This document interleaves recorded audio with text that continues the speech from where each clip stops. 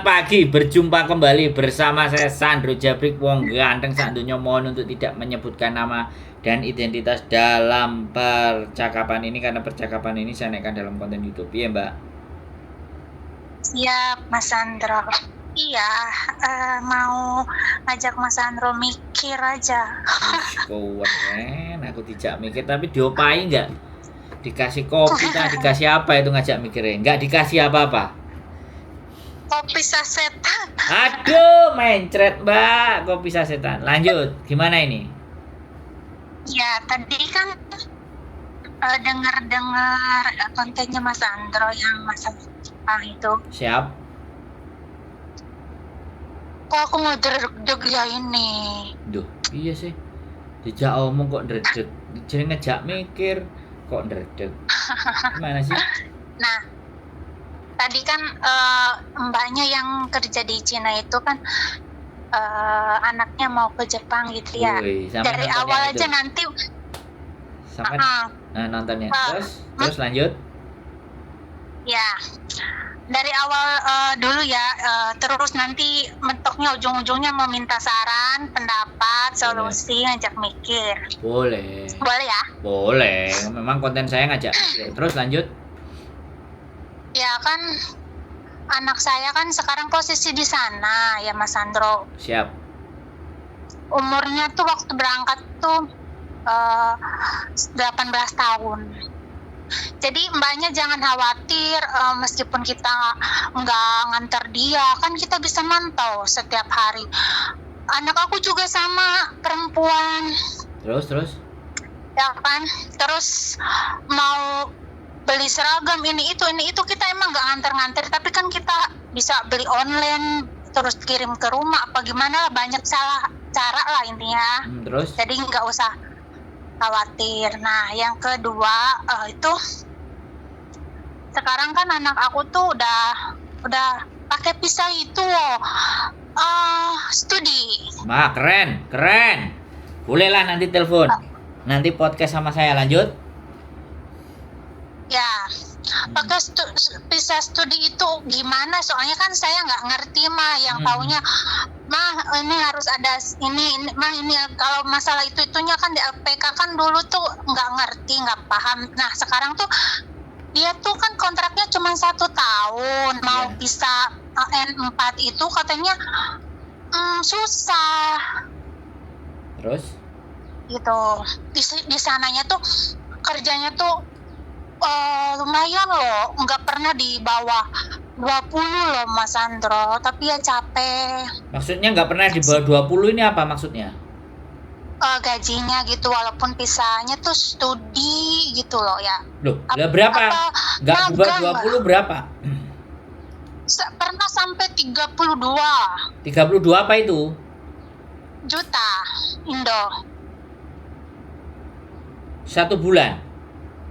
Iya. Keren ini. Paling jeleknya tuh 16.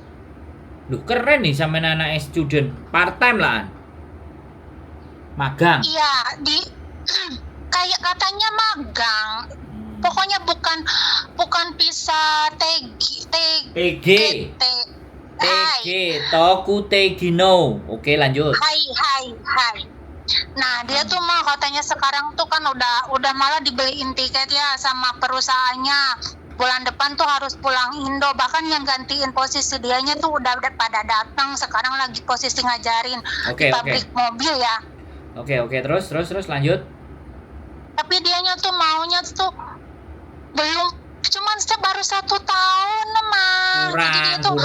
Kurang. Pingin nambah lagi, sedangkan bisa habis.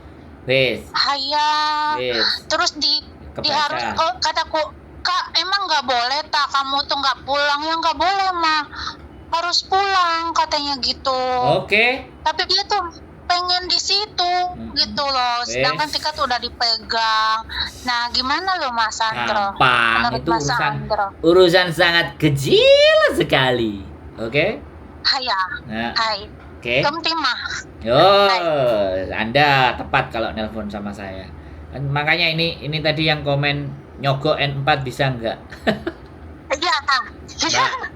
Mbak, tolong dibuang cara berpikir yang seperti itu kalau ngomong sama saya ya, oke? Jadi gini. Oke, ya. Anak sampean kan sudah 1 tahun selesai, bulan depan sudah harus pulang. Caranya supaya nyambung visa lagi, gampang, kan dia masih umur 19 toh. Kan sampean ngomong 18, 19. Cari tempat kursus. Cari lembaga kursus. Dia suruh lembaga kursus, aku mau kursus lagi. Bisa nggak kasih student? Banyak itu yang mau. Apalagi dia udah ada di sana. Nah, siapin aja duitnya. Makanya kalau tadi sebulan 20 juta, 16 juta paling rendah. Itu kan keren. Enggak apa, orang di sana juga. Ya, oke, maaf. Terus? Jadi, kalau dia bisa sampai uang segitu, ya sudah, ganti jadi visa student. Memang nanti pulang, anggap aja tetap pulang. Ya, tapi dia udah daftar. Nanti tempat les-lesan tadi, kursusnya tadi yang ngasih visa. Mau belajarnya berapa lama? 1 tahun 2 bulan. Tapi kan itu cuman kursus. Nah, dia harus cari part time atau baitoi. Baitoi kalau orang Jepang. Kalau kita apa? Baitoi. Arubaito. Kalau di Jepang. Enggak. Kalau di kita baitoi. Baitoi ya, Fian? Baitoi antri. Baitoi antri. Antri kan? Kalau di Jepang arubaito. Jadi part time. Kan dia udah bisa bahasa Jepang. Tinggal nyari lo restoran kayak apa kayak, kan pastinya udah bisa bahasa Jepang. Hah? Boleh tah? Ya boleh, student boleh. Ngapain nggak boleh? Makanya, nanti gini, saya kasih tahu kalau anak sampean bingung suruh nonton konten saya. Kalau dia bingung lagi suruh telepon sama saya. Kalau bingung lagi nanti kita telekonferensi sama adikku yang di Jepang. Biar dia punya pengetahuan. Iya. Adikku kan bisa bahasa Jepang. Ya, boleh. Jadi nanti biar ngomong bertiga, dia bahasa Jepangan sama adikku, aku biar tak ngoboh. Oke, boleh lah. Soalnya dia tuh sekarang tuh bingung. Aku bilang harus pulang mah harus, nggak boleh enggak tapi bisa kesini lagi ya belajar ya lagi katanya di Indo. Loh, dia langsung pulang langsung balik lagi bisa. Jadi sebelum pulang kayak sekarang nih nyari tempat kursus. Aku mau kursus yang 1 tahun. Bayarnya berapa? Tapi suruh ceritain di tempat kursus. Tapi aku harus pulang, bisa bulan depan. Ya nggak apa-apa, kamu pulang, kamu nyampe di Indonesia, kamu tak kasih surat rekomendasi, kamu urus visamu lagi, kamu bisa balik ke sini kursus. Bayarnya di depan situ kan enak, jadi nggak dihapusi, nggak dibohongi. Bener kursusan yang ada di situ gitu loh. Tinggal pilih dia mau di mana. Sekarang dia tinggal di mana? Tak tanya. Di Tungking. Tungking. Hai. Tungking itu prefektur mana? Tokyo. Walah, Cide dekat adikku Yokohama. Banyak aku mau catat dulu ini langkah pertama harus cari kursus ya biar aku ngasih tahu ke anakku. Cari kursus yang maksimal 1 tahun. Dibukanya tanggal berapa? Kan kursus itu buka-bukaan gitu loh. Angkatan 1, angkatan 2, angkatan 3, angkat kan perangkatan tuh lah. Makanya dia suruh cari. Kalau nanti angkatannya dibuka bulan Juni, bulan Juli atau Agustus, dia ada kesempatan nanti balik lagi. Nggak usah bingung. Banyak cara itu, simple sekali. Iya, kan dia tuh nggak tahu koneksi, terus nggak ngerti gitu loh yang diatur ya. Gak kenal wong ganteng sak donya, wis nyampe Jepang. Kasih nomor teleponku. Terus kan ini tuh dan channel YouTube nanti. Iya, udah ngomong Kak, nanti Mama mau cari ini ada di sini YouTuber Hongkong. Iya mah bantuin lah gitu kan, dia ngomong gitu. Tapi susah kataku nelponnya.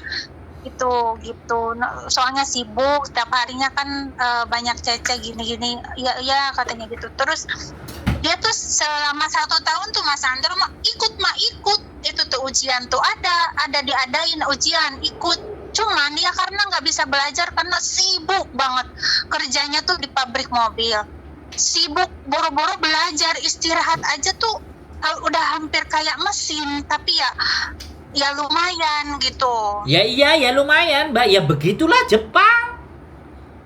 Makanya negaranya Jadi maju. nggak lulus kemarin tuh. Ya Ikut nggak apa-apa. berapa kali tuh dalam Oke. 1 tahun tuh. Oke, dengerin saya. N4 susah katanya. Dengerin saya, nggak apa-apa, dia fokus kerja. Jadi belajar, jangankan kok anaknya sampean, adik saya S2, S3, temen-temennya tumbang. Nggak kuat otaknya, pulang lagi ke negara. Iya, nggak apa-apa. Makanya habis itu kan dia besok kalau ke Jepang lagi kan nggak visa magang. Itu kan pasti magang. Jadi besok ke Jepang lagi visanya student, biar dia benar-benar belajar jadi student. Nah, kerjanya itu arubaito, part time job. Jadi dia bisa menggali. Terus akhirnya dapat ujian N4. Kalau sudah dapat ujian N4 tambah ujian satu lagi SWSB.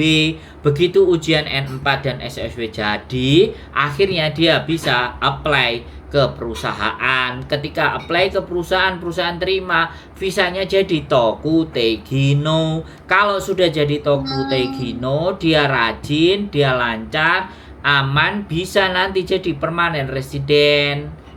Sampai uripe enak, gajinya sudah 28 juta sampai 30-35 juta.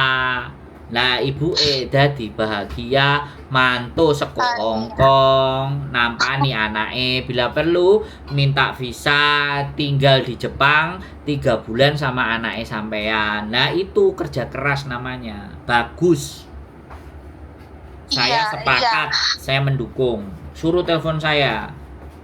Iya. Nanti kalau enggak suruh nemuin adik saya. Barangkali adik saya itu terpincut jatuh cinta karena adik saya kan belum menikah. Jangan boleh. Aku nggak boleh. Dia harus nanti jangan kayak ibunya. Udah. Adik saya sampai langsung ditransfer 150 juta, 200 juta juga kelar. Adik saya orang baik kok iso. Kalau adik saya jatuh cinta, kalau adik saya jatuh cinta sampai yang tak lobby. Oh iya. Ya mana pahamnya Mas Andro, kan semua nggak tahu ya kan. Ya makanya kan saya selintutin sedikit guyon biar nggak serius gitu loh. Karena adik saya kan belum menikah, bukan barangkali dia pingin ketemu, adik saya mau menemuin, diajari sekalian kan boleh. Tak boleh banget itu loh. Sama-sama orang Indo. Ganteng sak donya kok gimana? Masih koyo ngene apalagi adik lho, adik saya S2. Iya. S2, S3 di Jepang, jangan salah. Wah, hebat. Itu berarti otaknya udah di luar Nurul itu. Kalau otaknya di luar Nurul itu bukan pinter, blow on lah tambahan. Jadi kayak gitu. Jadi biar nanti adikku bisa ngarahin, mumpung ada waktu 1 bulan. Kalau aku ngomong sama adikku, ini hari ini gak ngerti, mau ketemu ngobrol sama kamu boleh nggak? Kalau adikku ya wis mirip kayak orang Jepang kan. Jadi kalau apa-apa privacy itu kan harus diomongin dulu. Kalau misalnya cocok ya udah dia salin ketemuan ngobrol. Gak apa-apa. Kalau di Jepang kan enak. Orangnya baik-baik. Sampean mau tak adiknya Mas Andro? Sampean ngelihat Masnya kayak ngene mosok adik elek. Mas, adik luwe apik. Enggak, takutnya tuh adiknya tuh itu tuh apa enggak kayak Mas Andro, kan Mas Andro ya, enggak kayak. Ya, takutnya cool gitu, iya, takutnya enggak mau. Cool, gitu. Memang cool, tapi kan saya bisa ngomong. Ini ada sudah kadung di Jepang, dia udah kerja. Ya wes engko nenek waktu tak janjian, dia bilang kan ngomong. Ya saya kan ngomong kalau bisa saya pertemukan di konten langsung diomongin di Zoom kan bisa. Jadi dia harus meluangkan waktu untuk berpikir itu. Jadi kalau ataupun capek, seandainya adik saya mau pas dia libur ya harus dimanfaatkan. Kalau adik saya mau podcast, oke cocok ya berangkat. Podcast. Jadi ada YouTube-nya juga Mas Andro adik saya nanti. TikTok mainnya. Nanti saya share. Kalau barangkali nanti mau komen, YouTube-nya sebenarnya ada tapi sudah nggak terlampau aktif. Tapi nggak apa-apa, nanti tak hubungin aja. Nanti ngobrol aja sama aku dulu. Siap. Jadi nggak usah khawatir. Soalnya kan baru 1 tahun, belum tahu kemana-mana, setiap hari tuh kerja cuma Sabtu Minggu. Terus akhirnya visanya habis, dianya nggak sempat mikir karena fokus di kerjaan. Nggak apa-apa, Iya. itu bagi saya bagus. Dia akan terbiasa dengan ritme bekerja di Jepang. Makanya saya butuh ceritanya dia nanti untuk menceritakan ke teman-teman bahwa magang itu begini, hidup di Jepang itu kayak gini. Kalau perlu Mm-mm. bikin konten karena dia belum bisa mikir sampai akhirnya les Mm-mm. saja ujian itu nggak bisa tembus, itu Nggak kan berarti lulus. karena dia nggak konsentrasi. Kemarin Mm-mm. anaknya Bestine Bojoku itu juga berangkat ke Shizuoka dan dia bilang, Mas aku memang Mm-mm. nggak bisa Tokutegi no Om, katanya dia karena kan Mm. emaknya kan temennya Bojoku, dia mau dibawa ke Hongkong. Aku Baik. bilang nggak sepakat, udah suruh ke Jepang aja, langsung dia les. Oke, Janganlah. terus akhirnya berangkat ke Shizuoka. Dia persis kayak yang sampai ngomongin. Nanti ada tes.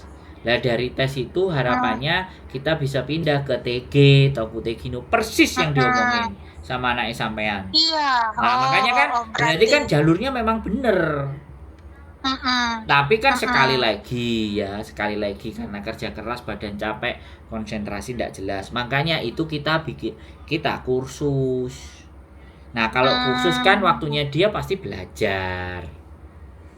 Mm-mm. Sambil Waktu libur bisa diajak belajar kan cuma belajar. 4 jam paling lama sehari. Nah, sisanya dia bisa part time karena dia udah bisa bahasa kan aman. Iya. Dia bisa menghidupi dirinya sendiri. Iya. Nah, Betul. Kalau sampai uh, akhirnya dia tahu jalur dan jalan Tokute. Kalau udah Tokute kan gajinya udah gede. Udah mm-mm. itu peluang, apalagi dia perempuan. Kalau aku sudah bisa terbang ke sana tak samperin, tak interview Tapi tak. katanya, iya Mas Andro. Tapi katanya Pisa TG tuh gaji nggak tahu ya. Dia kan berangkatnya sama anak sepupu juga. Tapi beda job, beda pabrik, itu beda gaji, beda kontrak. Kalau sepupunya itu 15 juta, tapi dia 2 tahun kontraknya. Nah, anak aku lah 1 tahun, cuman gajinya itu ugal-ugalan gitu, tapi capeknya minta ampun. Jadi dia nggak bisa, jangankan main, belajar aja, jangankan belajar, main aja susah. Sudah nggak usah iri, karena setiap perusahaan kan punya kebijakan masing-masing, dan LPK-nya yang ada di situ yang mau memberangkatin itu punya link yang beda-beda. Ya kayak di Hongkong aja, udah anggap aja nggak bisa standar anak yang magang itu sama. Semuanya kan tergantung pekerjaannya. Yang penting satu hal, anak sampean itu sudah nggak mutus, nggak pedot sampai habis. Itu udah keren, itu udah didik dia. Ya. Soalnya dia tuh kemauan sendiri. Ya sudah. Malah dulu saya yang ngelarangnya ke Jepang tuh. Saya maunya tuh udah mama di Hongkong aja, jadi bidan atau jadi perawat. Dia nggak mau, karena kan perempuan gitu ya. Tapi dia nggak mau, maunya ke Jepang. Tapi ya alhamdulillah itu anak tuh masih kecil juga ya. Gak apa-apa, bagus. Malah nanti kalau kenal saya, dia bahasanya oke, kita bikin agent. Kita bisa jadi kekuatan. Iya. Siap. Bisa. Amin. Mumpung Cik Nom, karena saya juga tua.